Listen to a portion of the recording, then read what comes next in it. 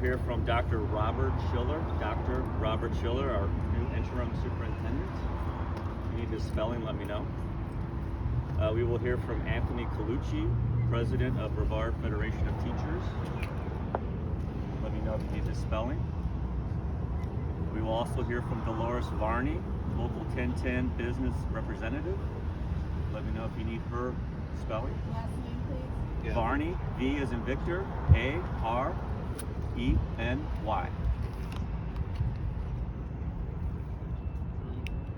Is it N-E-Y? N-Y. E-N-Y. E-Y, right? Got it. You guys ready? Yes. Yes, we are. You guys all behind me? Yeah. They're all going to come up behind me. Yes, of course. And whoever's speaking can step up to the Absolutely. mic. I Thank just want to make sure they're behind here and Yes, all that's together. fine. Mr. Schiller, if you want to come up there. Sure. Okay. You guys ready? Everybody good? Yes.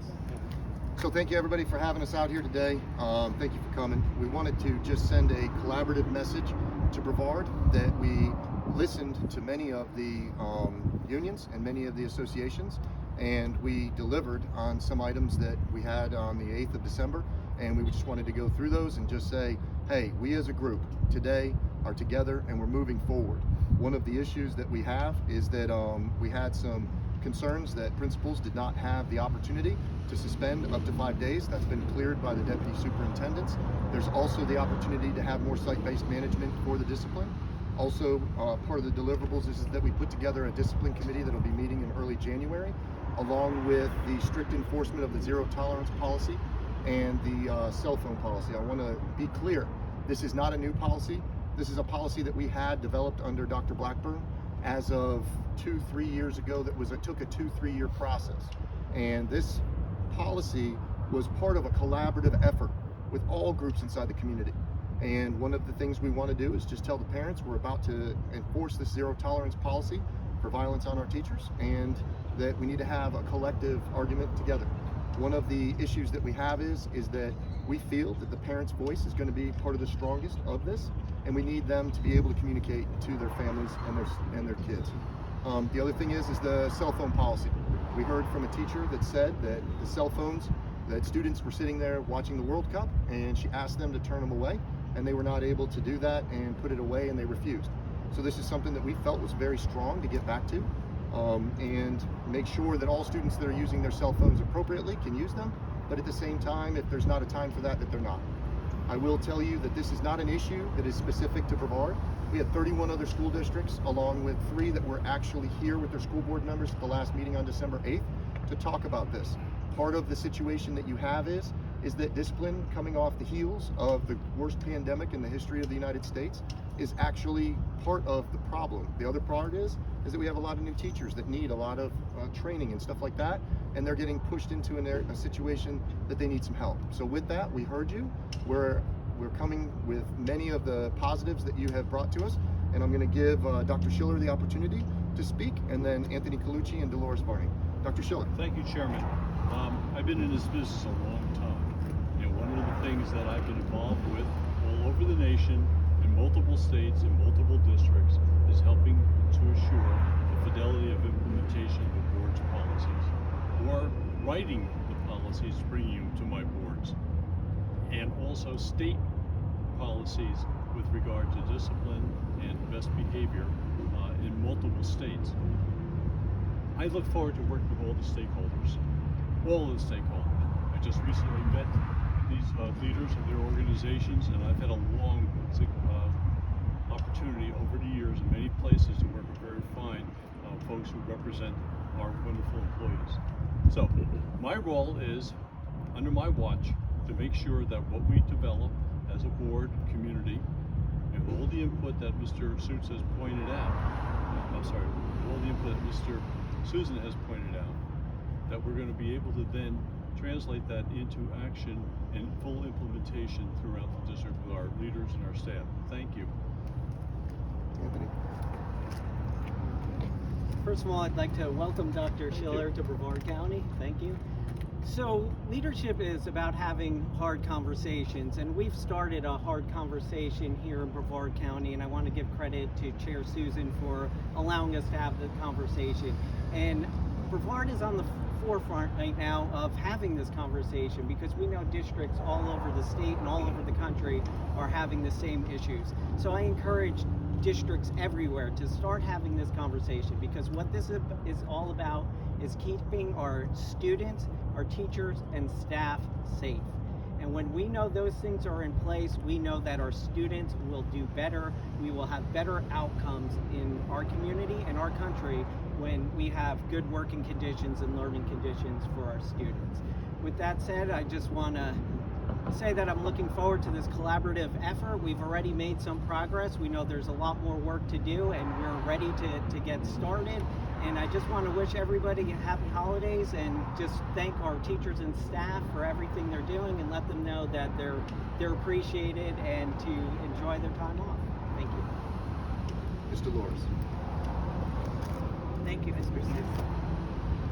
I'm thankful to be here today and to be a part of this change that we're looking forward to happening for our support staff, bus drivers, IAs in the classrooms.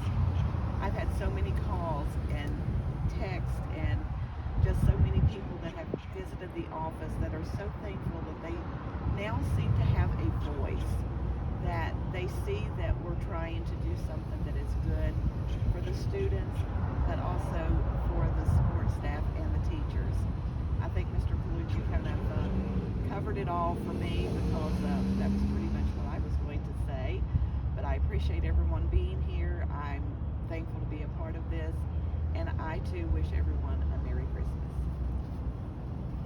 It's starting to rain a little bit, but we're going to take a few questions if you guys wish. Can you just tell us, and this is for the chair, could you please Sure. tell us, you talked about those three things kind of moving forward: enforcing the existing no tolerance policy. Yes, ma'am. The cell phone, no cell phones during instruction sounds like that's the newer element. Yep. Correct?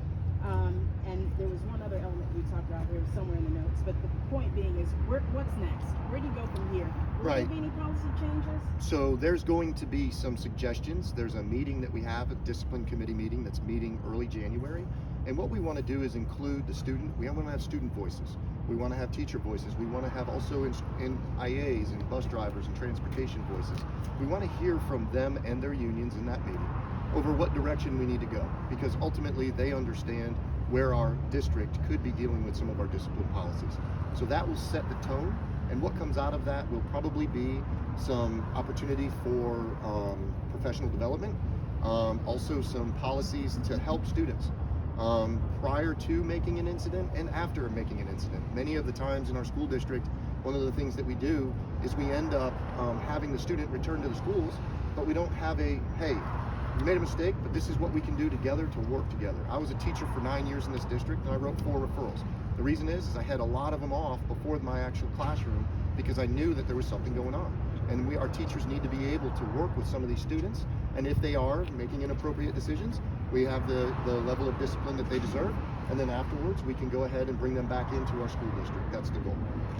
Could I ask Anthony and Dolores, do you think these actions will stop more teachers and more bus drivers from quitting? Oh, I'd like to say that too. I do believe that shoring up our discipline policies in our district will help with our teacher retention problem. It is actually our #1 reason teachers are leaving right now. This is for the chair. Hang on, she wanted to finish, and then I wanted to follow that. I too believe that our bus drivers and our IAs will be staying on board if they're not abused on a daily basis. If we could get a handle on the abuse that they're encountering at the hands of the students. Yes. I'll be honest with you, everybody. This has been one of the most positive responses I've had from my people.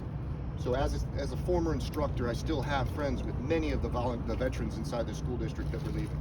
For instance, we heard from Volusia County that 6 of their teachers are getting ready to apply inside of our schools because they said that we're going to be supporting our teachers.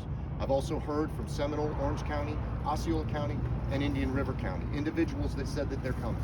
So that's the first piece. The second piece is I've had overwhelming support from existing teachers saying, They were leaving in December. Make no issue about this. This is the truth. We had teachers that were ready to leave in December. They were going to leave our school district, and we made a decision to make it, like you said, make it an issue, but talk about it and come up with solutions. The last piece, I was at church on Sunday. I had 2 former teachers come up and say they're going to be applying at the beginning of next year so that they can become back a part of Brevard Public Schools because they left for discipline. This has been a positive thing across the board for retention and recruitment, and we're really doing it. And I think everybody here from the unions will tell you that. It's been a great thing for our staff. So are there any employees leaving over winter break that you know of because of discipline? There's a lot that said that they were. The only conversations I've had from people is that they're staying. So I would not know if there's anybody else going, but I would say that if those individuals are going to leave, give us an opportunity to discuss it with you, because we want to make sure that you're being taken care of. That's what this is all about. Sir. Oh, go you first, then. Let's go to Mr. Burns. He was next. So it sounds like it's been more of an enforcement issue than a policy issue. Yes, sir. And when the email went out about reinforcing the cell phone policy, what does that look like? Because some parents are concerned on how you enforce that policy. Are teachers going to be physically taking cell phones from uncooperative students? What have you? So there's a lot of concern from the teachers over that process. We've given the opportunity for each administrator at the principal level to make the decisions on how that's going to go. But understand this, that if a student is using their cell phone inappropriately, our school district will be asking for that cell phone. And if that student does not give that to the teacher, then there's a plan in place for that to happen. But if your student is in there using a cell phone inappropriately and disrupting a class where other individuals are trying to be educated, we're going to remove that from you. And that policy is going to be with each one of the schools. Two more questions. Let's go with Will first, and then Ollie. Sir. Yeah, can you talk about sort of how the discipline committee is going to be created and what the composition of that's going to look like? So there's 2 pieces to that. There's an immediate small group that's going to meet to set what that next step looks like. If you remember the December 8th meeting, there's many people that sat around and communicated and said the former disciplinary policy that went out of existence a year and a half ago, one of the positives that they had was that they had many teacher voices.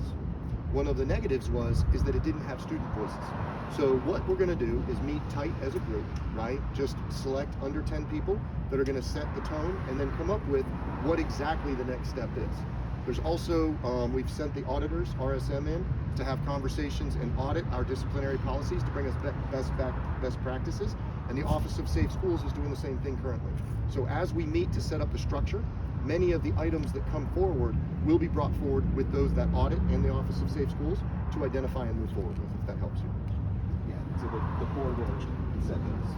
Which point goes? To be honest with you, the process belongs to the superintendent. So the board should not be the ones that formulate how that looks. I would ask that those reports come directly to the board also, so that not only are they going to the superintendent, but they come to us too, so that we could review them. But this is a staffing issue, and that is under the control of the superintendent and his guidance. And I'll be honest with everybody here, I've never been more excited for one of our employees as Mr. Schiller. Dr. Schiller was already starting before he even had a contract, and I have a complete confidence that he's going to do a great job on this. Could you tell us a Hang little on, bit? let me ask her, and then I'll come to you. Sorry.